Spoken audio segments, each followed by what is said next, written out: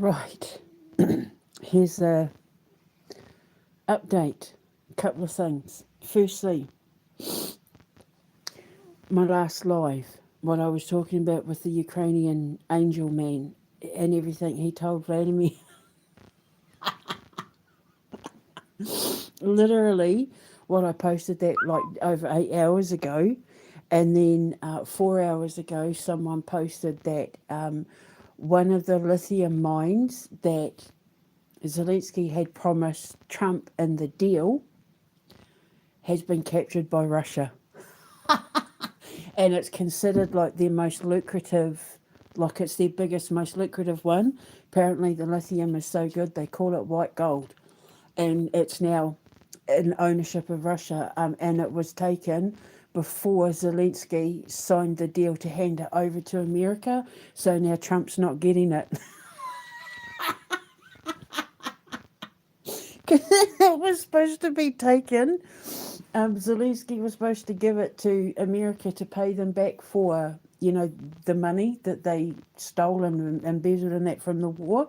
And now it's Russia owns it. And it's everything that Ukrainian giant angel man said in the dream. It's so funny.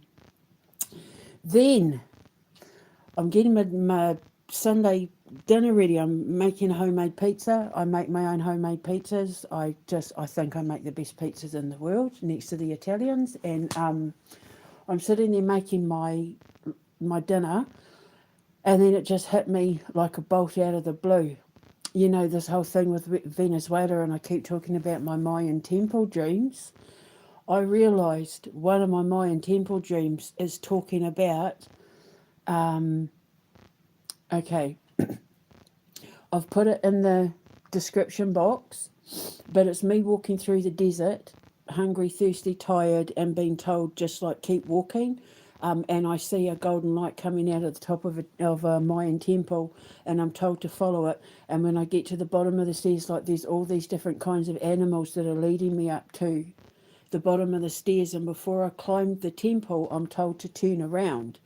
And when I turn around, all the seeds that I had been dropping, getting up to the temple, were all starting to blossom and bloom.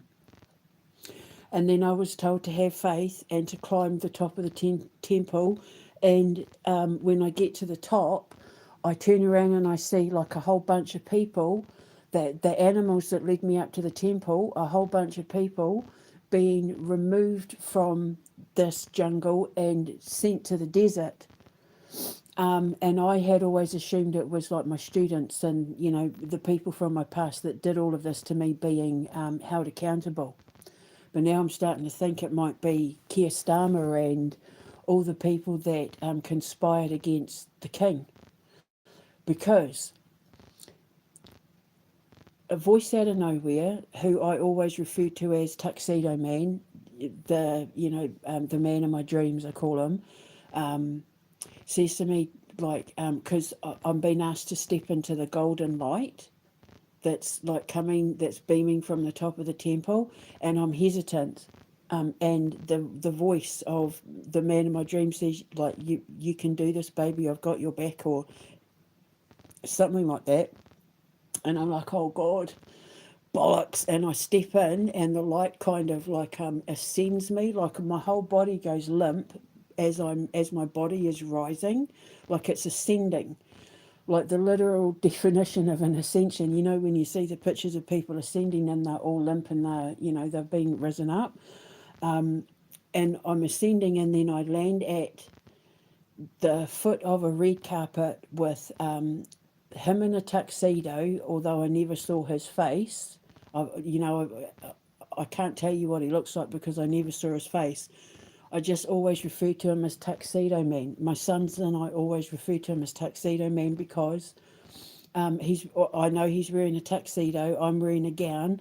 And the dream that my son Thomas had, that is recorded on the police camera with the honeybee giving the magic honey, he says,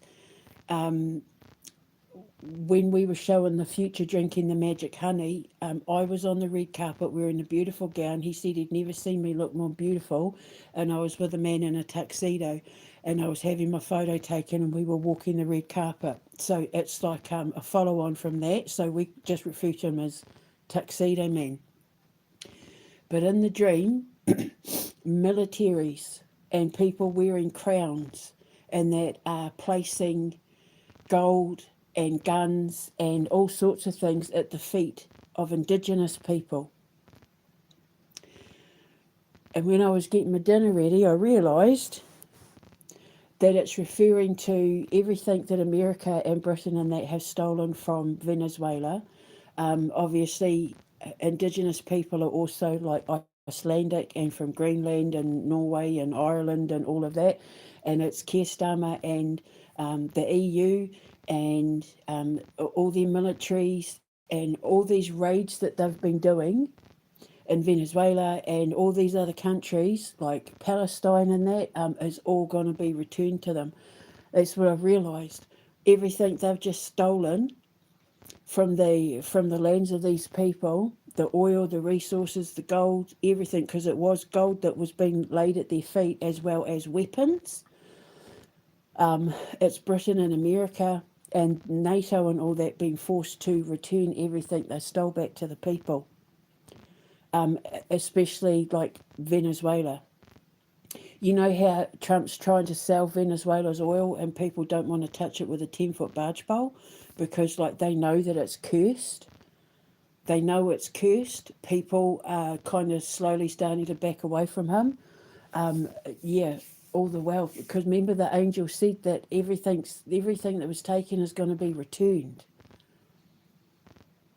And I realised I saw it in my Mayan temple dream. I had always assumed, I know with King Charles, I had said to him, you know, like Indigenous land, it belongs to the people. You need to give the land back. And he has done. He has started returning land back to Indigenous tribes in Canada and all that. But I've realised that dream that I had back in like 2020, I think it is about what's happening now with Venezuela. And you know how he's threatening to take Greenland, and like all those nations were helping him steal oil and steal gold and steal silver from Venezuela, and you know like Gaza, well, everywhere. They're stealing it from everywhere. They've stolen Britain's gold. They've stolen so many nations' gold. Remember the Super Bowl? They stole and moved a lot of the gold during the Super Bowl. It's all going to be forced to be given back to the countries where they stole them from, the oil, the silver, everything. That's what the Mayan Temple Dream was about, the first one I had. So, and these military generals and that were laying their guns down at the feet, and then the Indigenous people were all celebrating. But you have to remember that Indigenous people aren't just like brown skins. They're like I said, from Iceland and Norway and Greenland and, you know, the Scandinavian countries, they have Indigenous people. Russia has Indigenous people. Really old ancient cultures in there, and it's all everything that NATO and the EU and America and that have and Starmer has stolen in the course of all of this going on in the silent plot to overthrow the British monarchy and remove the three kings bloodline so that they can take over the world and stuff, rewrite the Bible. It's all about that. Everything they've stolen is going to be returned. And then, of course, this thing with Ukraine, because I think what's going to happen is when this is all over, Putin is going to, you know, not hand it over to Ukraine, but share the wealth. If we pay to mine it, if we pay to do this with it, we'll create jobs. You'll get to make money off it. You know, there'll be like a shared system. All I know is that whoever they get to replace Zelensky is somebody who has a vision. You know how I say, if I was Prime Minister, this is what I'd do. He's one of these people that if I was president of Ukraine, this is what I'd do. And it's a shared vision. He wants to build Ukraine. He wants to build up Ukraine, build Ukraine's infrastructure, create jobs, build houses, build hospitals, build schools, that sort of thing. And I think what's going to happen is, based on other things that I've been shown before, is that when this is all over, it's just going to be Ukraine and Russia dealing with each other without any outside interference, and they're going to work together. Russia's going to extend an olive branch that Ukraine is going to be more than happy to take, because they were family. You have to remember that they were family at one point. And it's going to be Ukraine's biggest problem is outside interference. And when that outside interference is removed, and they get to stand on their own 2 feet, it's actually going to be Russia that comes in and holds them up. So they'll fund it all and create the jobs, and they'll work together mutually. And then I kind of said as a joke, but I don't know, I think it might be Ukraine might even look at joining BRICS, which would just be hilarious. But it's like they don't. This man doesn't want any of that for Ukraine. He just wants to go back to how it was, but better. Before the wars, before all the outside interference, before all the raping and pillaging of their lands and that, going back to how it was, but better, where they get to build a vision of not just embracing Ukrainian tradition and all of that, but having a vision for the future that is profitable for Ukraine in a way that, like the other BRICS nations, and that it's all about working on the infrastructure and making money for Ukraine, where it's Ukraine making money for Ukraine and not other people. Like Russia's going to come along and say, do this with the mines, we'll pay for it. You can fill it with Ukrainian jobs and all that sort of thing. Kind of like what I said to my friend was kind of like not just like a peace offering, like extending an olive branch, but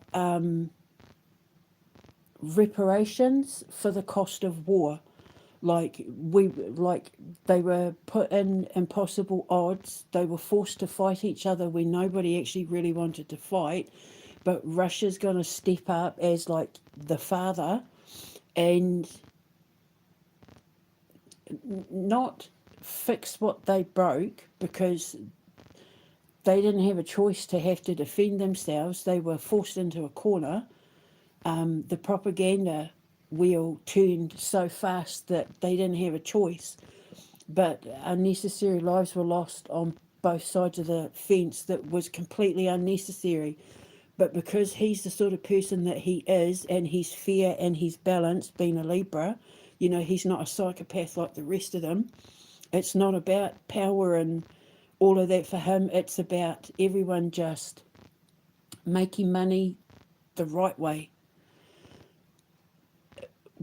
When everyone backs off and leaves Russia and Ukraine to fix this themselves, he's going to take the moral high ground and contribute things to Ukraine that makes up for, like, I'm really sorry that this happened.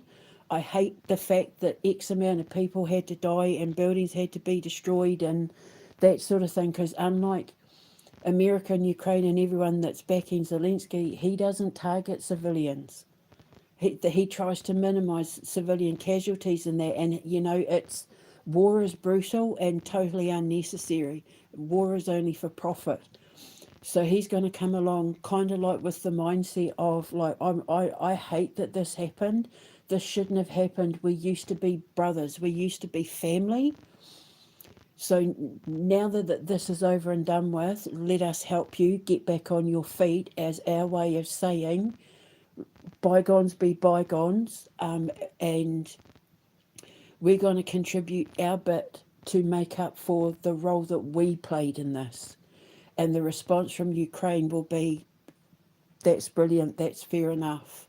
And in return, we will do this for you. We will let you have the mind that Trump wanted, because we know that, you're going to be able to help us use the money in a way that's going to be profitable for Ukraine. And then what's going to happen is when people like Macron and that are removed from power, when like people like Marine Le Pen and that come in, then that's when they'll start bringing the other countries in, like France and Germany, and the ones that were former enemies. They'll come together as allies for the sake of, it's almost like helping to heal Ukraine from the damage that was inflicted on them, and not just Ukraine, like Palestine and that as well, for the damage that was inflicted on them due to the greed of the NATO nations, who didn't give a shit about the life that was lost. They saw that as a necessary evil. We had to wipe out Ukraine in order to have the land, that sort of thing, without any thought. They have no conscience when it comes to life. That's why they hurt children. If they can do those abominations to children, they're not going to give a shit about Ukrainian soldiers on the battlefield. So, but Putin does. So whoever this man is that takes over once Zelensky gets removed, and he is going to get removed, he's either going to be wiped off the face of the earth or removed from society. He's not going to be like same with Keir Starmer. It's not going to be like they go to trial and then they get a couple of years and then they come out, or they're told, just go away with your millions and stuff and just leave us alone. They're going to be held accountable either through the judicial system or through God meeting their maker. And the ones that meet it through the judicial system will be removed from society anyway. That's where Starmer's headed. So that Mayan temple dream, link in the description box, the stuff being returned to the indigenous people is what's about to happen now. And with Russia taking back that lithium mine and all of that before it fell into the hands of the greedy Americans and NATO nations and stuff, it's all going to be returned. Everything that has been stolen because of people like Starmer and Macron, and you know how Burkina Faso had kicked France out of their mines and that sort of thing. It's all that. It's all going to be everything that they stole, the oil, the gold, the silver, the mines, everything is all going to be returned to the people, and the weapons are going to be laid down. They're not going to have a choice. It's divine order. It's divine providence. And it started 4 hours after I posted that dream. It's hilarious. God's time is just perfect every time. They use their Vikings in their rituals, and Asgard's just completely shut the gates on them. Zeus and Thor and they're like, no, Trump, no Starmer, no. So, that was a big hammer blow. Russia taking that mine, just a brilliant power move from the gods. Asgard know what they're doing. So, they're the ones who named me the Oracle of Delphine. I was given the name the Oracle of Delphine, the Oracle of Dolphin, because you've got the Oracle of Delphi and the Oracle of Dodona. I'm Delphine, and they call me the So anyway, so that's what's coming, and it's going to be brilliant. And the thing is then the poor people of Ukraine will be left in peace. There's going to be a lot of healing that they have to do because of the casualties, but it was completely unnecessary. And then Russia's going to do the right thing. Russia's just going to be, and I think Great Britain as well, once King Charles wakes up, they're going to help Ukraine get back on their feet and do this in a way where they're strong enough to stand up to any other nation that tries to boss them around. And Germany's screwed. Germany ends up so broke that they end up having to change their name and join another country just to survive. It might be like Austria or Belgium or something. Austria and Belgium, one of those countries are about to get bigger because they're going to have to absorb, Germany, because von der Leyen's just driven it into the ground, because they thought they were going to get a World War Three. They literally banked all their money on getting a World War Three, but they forgot that the gods decide the fates. And here we got Trump and that thinking, oh, Valhalla, see you in Valhalla. No. Asgard's like, no. You have no access here, access denied. So I'm going to go and get my food now. Yeah, so link in the description box. It's all happening, people. It's all happening. So just watch, because things are about to get beautiful. I know it doesn't look like it now, but this is where faith comes in. I'll speak to you later. Ka kite anō. Wake up, King Charles, please. Mwah.